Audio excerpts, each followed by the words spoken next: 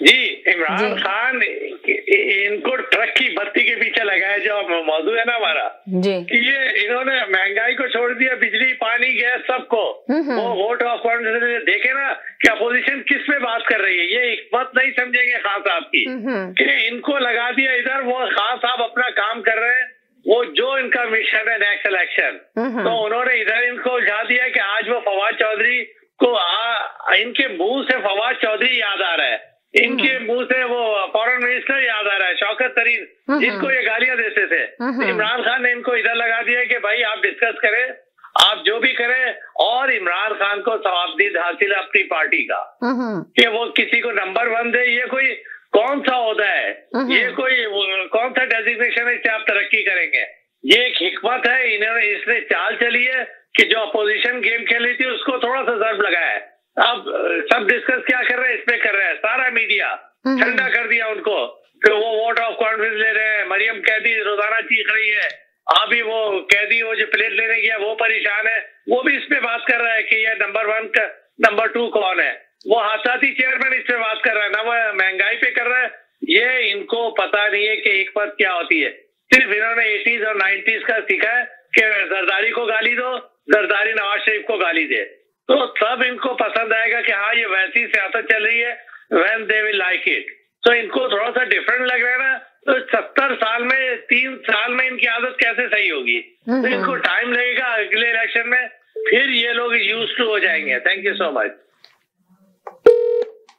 जी जनाब, जी जी हेलो, आपको भी और आपके तमाम नाज़रीन को भी सलाम जी। कारकर्दगी आपसे पूछकर तो नहीं इमरान खान बताएगा, जो उनका क्राइटेरिया बनाया गया है उसी पे वो कारकर्दगी चेक करेंगे, और हो सकता है कि कुछ महीनों के बाद दूसरों के नाम भी आ जाएं। लेकिन आज मुझे एक बात की बहुत खुशी है समीना, यकीन करें मेरा दिल खुश हो गया। कहते हैं ना सच मुंह पे आ जाता है।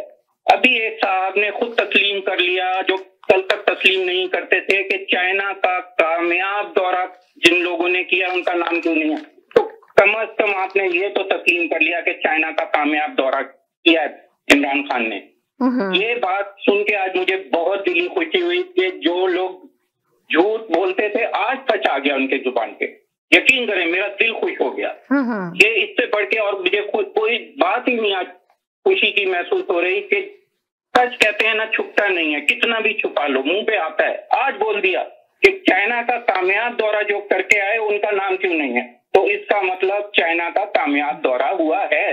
आज आपने खुद तस्लीम कर लिया। मैं यही कहना चाहता हूँ फिलहाल। चलें, फिलहाल आप यही कहना चाहते हैं। 2 कॉलर मेरे साथ होल्ड पे थे। जी जी हेलो जी जी, आप देखें कि सबसे नंबर 1 पे आ गए जी मुराद सईद। मुराद सईद ने बाजी मार दी जी, इमरान खान ने नंबर 1 करार दे दिया। हालांकि इनके दौर में महकमा डाक में पाकिस्तान की तारीख का सबसे बड़ा स्कैंडल हुआ जी। 118 अरब रुपए का वो स्कैंडल है जो हबीब बैंक के साथ इनका डिजिटल उसका मुआहदा था। उसके बाद ये है कि इनका दूसरा कारनामा ये था कि 400 का टोल टैक्स जो है उसको अपना 1300 कर दिया।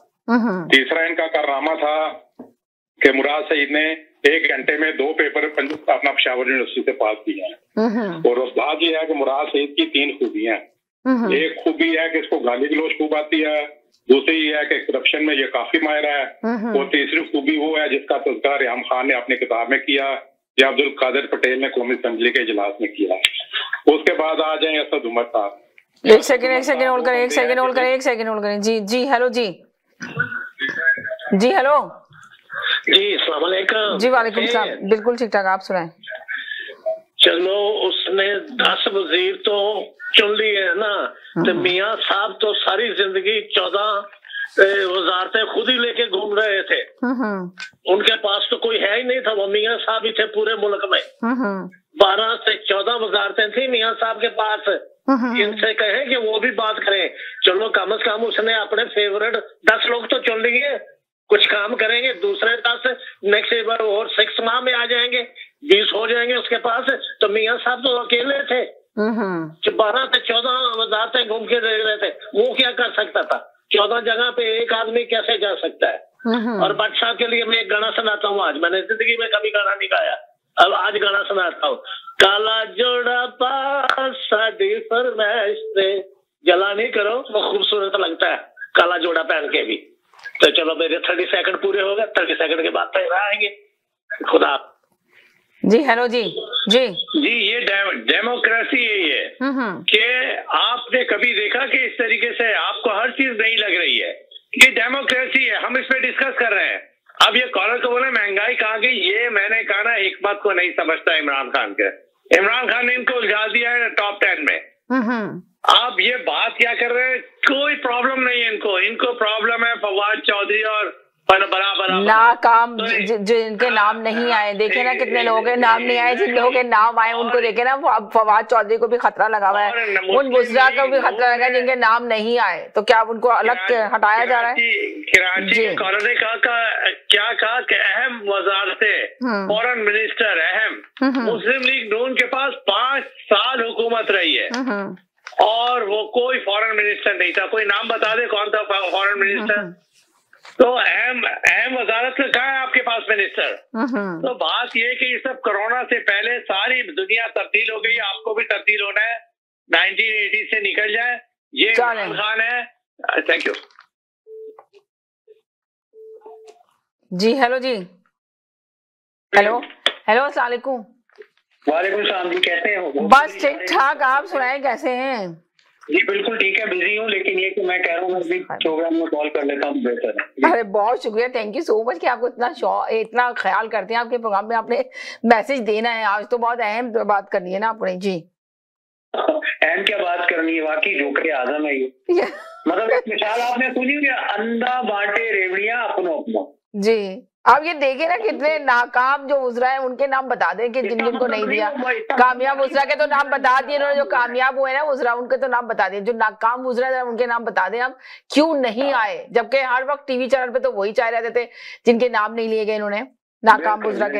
आप देखिए सुबह से जब टीवी ऑन करो हर चैनल पे कोई ना कोई वो गुजरा होता था, पर उनके नाम ही नहीं है सिरे से। अभी वो भाई कह रहे थे महंगाई प्राइम प्रॉब्लम है पाकिस्तान का जी। उसको ये गवर्नमेंट जो है ना कुछ करके इनसे कुछ बनता है नहीं, रोज नया कोई जोकर सोचा छोड़ देते हैं ये सारे। ठीक है, और भट्ट साहब ने बिल्कुल सही कहा कि नंबर 1 मुराद सही दिया था। तो कादिर पटेल की मैं कहता हूँ आप भी सुना करें, वो बहुत खरी बातें करता है असेंबली में जी। ठीक है ना, और मुराद सही थी, हमें लग रहा था कि उसको फर्स्ट सही दिया इन्होंने। एनीवे लेकिन बात मैं ये कर रहा हूँ कि ठीक है चलो इन्होंने कर दिया, वो तो एक मजाक की बात थी, लेकिन जो इन्होंने किया है चलो ठीक है जी, ऐसा होना चाहिए था। मैं हैरान हो गया आज सुन के कि गुजरा की सबसे बड़ी फौज जो है वो इमरान खान के दौर में है। जो बंदा कहा करता था कि नहीं इधर तो इतना खर्चा कर दिया, इतने वो चीजें इनके पास है, इनके तो कल वो एक भाई कह रहे थे ना कि एडवाइजर, और उसका तो नीचे एडवाइजर। ओ भाई तुम लोगों ने कौम का पैसा तो ऐसे भी तो बर्बाद किया तुम लोगों ने। ठीक है, मियां साहब ने 14 सीटें रखी थी, चलो 14 सीटों के पैसे तो बचे। तो फजूल में लोगों को इन्होंने रखा हुआ अपने आगे पीछे, उसको कम करें और जरा पुख्ता काम करें। अब अवाम को भी देख लें, इनामात वगैरह आपस में बांटना खत्म करें और बेचारी आवाम के लिए सोचें। यही सवाल तो यही पैदा होता है कि जो दिए गए हैं क्या वो आवाम के लिए, आवाम उनसे खुश है या सिर्फ वज़ीर आज़म इमरान खान खुश है? सवाल मेरा यही है। मुझे तो हंसी आ रही थी। ठीक है, ओके अल्लाह हाफिज जी। जी हेलो जी।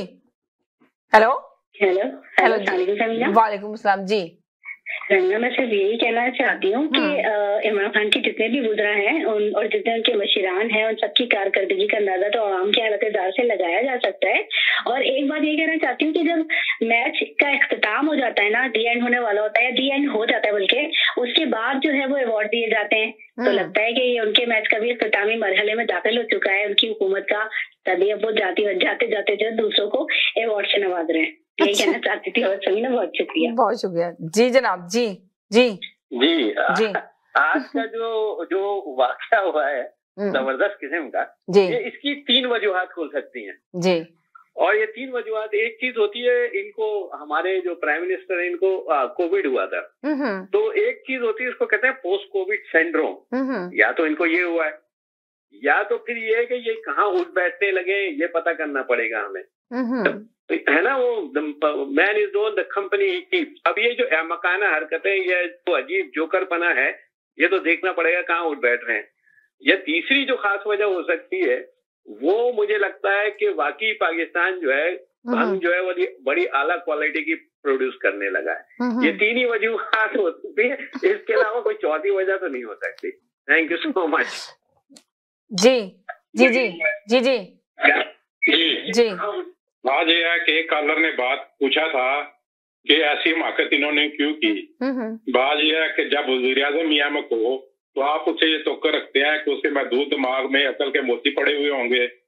दूसरी बात यह है कि मायतियों की ज़हनी हालत का अंदाजा लगाएं कि इमरान खान की अपना गोंगियों का दफा करने के बजाय दूसरे कॉलर के अल्फाज को चुग रहे हैं। अच्छा, अब जो है दूसरी बात यह है कि काला जोड़ी की बात हुई।